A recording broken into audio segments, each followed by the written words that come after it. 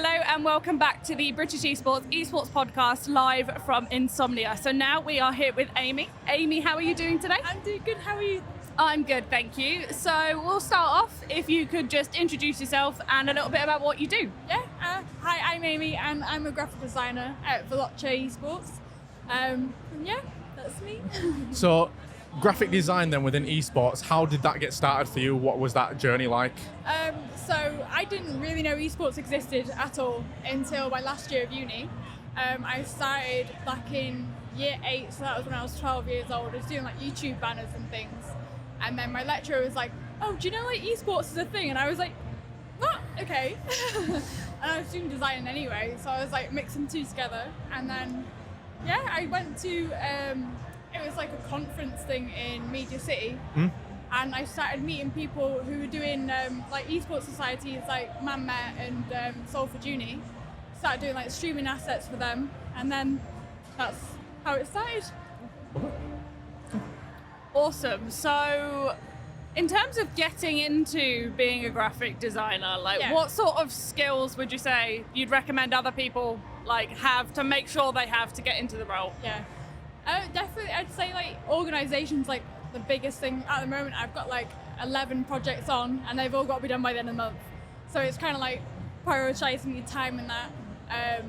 Communication is probably another one, and just be active on social media is like the biggest thing. Because if I didn't have like social media, I wouldn't have any jobs. Because I got all my jobs from social media.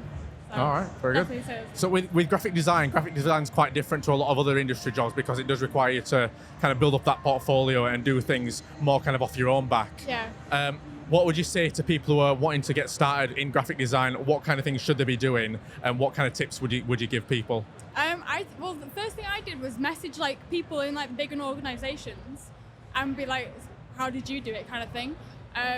So I kind of kept active, trying to get to know people. The second thing I did, I made my own portfolio. I did this thing, I thought lockdown was only 3 weeks. So then I started like designing every day for 3 weeks. Nice. I think I did like some of Fnatic, Esports societies, did a piece of graphic for that, learned about the industry. And then I found Hitmarker. Then I applied to be an intern here, British Esports. And I worked for Esports Wales as well for a bit. So just getting experience. I also started my first ever job, I didn't have any experience at all, was with PG Esports. They're like an Italian esports tournament company. And they were like, oh, just like your passion. Like, I know you don't have any experience, but like, we're willing to teach you.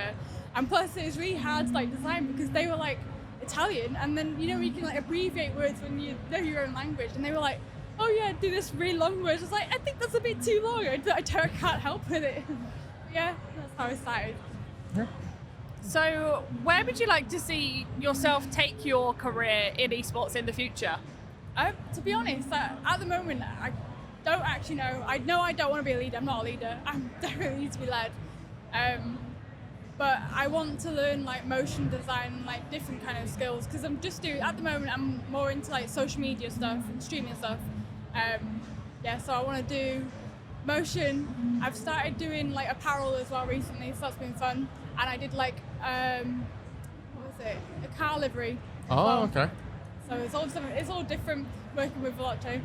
But I can't really see where I'm going. I'm just going with the flow at the moment. That's sometimes the best way, I think, isn't it? Yeah, definitely. So as a woman in esports, it would only be right to ask you a few questions about representation in the industry, if that's all right.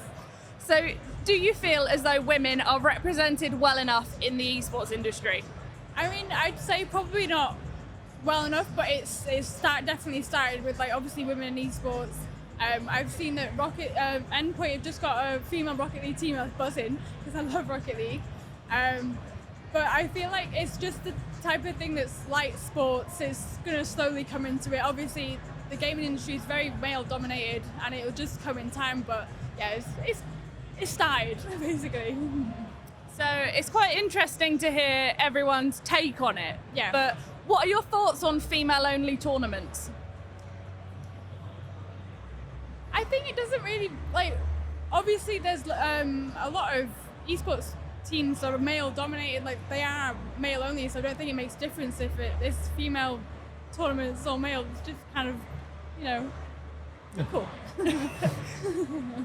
So, if you could change one thing, or maybe there's a few things, but if there's one thing in particular you'd like to see change to make things more inclusive for women or marginalised genders just in general for gaming and esports, what kind of things would you like to see done? I think definitely more tournaments for like actual female esports teams, because like, so the Rocket League one, I'm talking about the endpoint one, I think I've only seen them compete in one so far. And then say the male one, they have like 4 in like a few months. It's just, I feel like there should be more tournaments basically, so they have the chance to show what they can do. Yeah.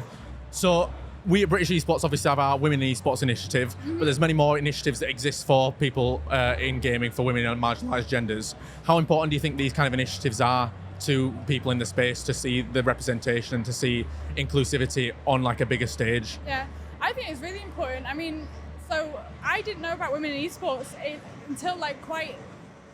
I knew about British Esports, but then it took me a while to get to know things. So I'd say, I feel like the more we hear about it, the more it's going to become more mainstream. So I feel, yeah, it's quite important. So, to kind of round us out, we've got a couple of fun questions and a fun few little games for you to finish off. So, first question I have for you is, what's one game that you wish was more popular? More popular? Need for Speed. Oh, okay, why Need for Speed? I quite like the like customizing cars in that. I mean, it's not like Forza Horizon where it's all like, I don't know, all about the graphics. We need to see a bit more fun. I'd say that one, yeah. Okay, not bad. What would you say is an unpopular esports opinion that you have that you think most people might not agree with? An unpopular esports? I don't know, but I want Pac-Man to be an esports. Pac-Man esports. I Oh, need okay. that. I can see I that. can do that. It's the only game I can play. Very good. Okay, so next one is a time challenge. Well, the next two are both time challenges. So the first one, you've got 15 seconds for this one. Okay. To tell us as many esports titles as you can. Gaming ones. Like, so esports ones specifically. So like Call of Duty, you can't say like Call of Duty 1, 2, 3 or 4 or whatever. It'd be like Call of Duty, League of Legends, Overwatch, stuff like that. So currently the record is 12. So that's the one to beat. Okay. Are you ready? 3, 2, 1, go. Okay. Rocket League, Forza, no, F1, CSGO, Overwatch, Rainbow Six. I'm really bad. Time. No. 5 isn't bad. Not bad. No. That's very good. It's so hard in the moment when you're having to rattle through. I could think, but I was like, no, I can't do it.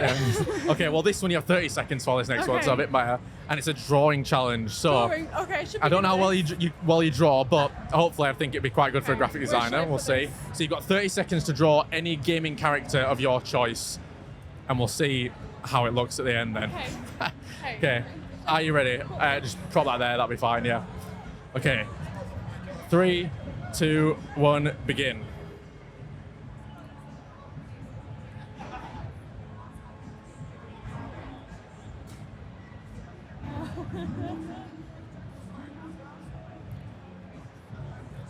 Should be good at this. You're about halfway through. Okay.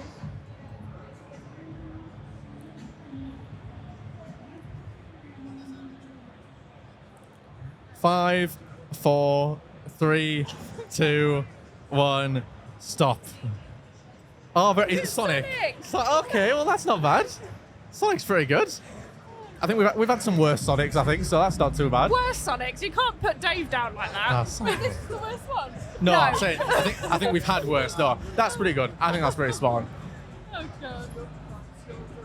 Lovely. Well, thank you so much for coming on with us today. It's been a pleasure. Would you want to shout out where people can find you if they're interested in following you? Yeah, it's ALJ Graphics on everything. All the Twitter, Instagram, Facebook, everything. Perfect. Well, thank you, Amy, for coming on. Thank you for Thank you, everyone, having for me. watching. It's been a pleasure to have Amy here, and it's been a pleasure to do more content at Insomnia. If you enjoyed it, please make sure to watch out for all the other bits of content that are coming out. There's plenty of it to come. Thank you, Amy, once again, and thank you for watching. See you later.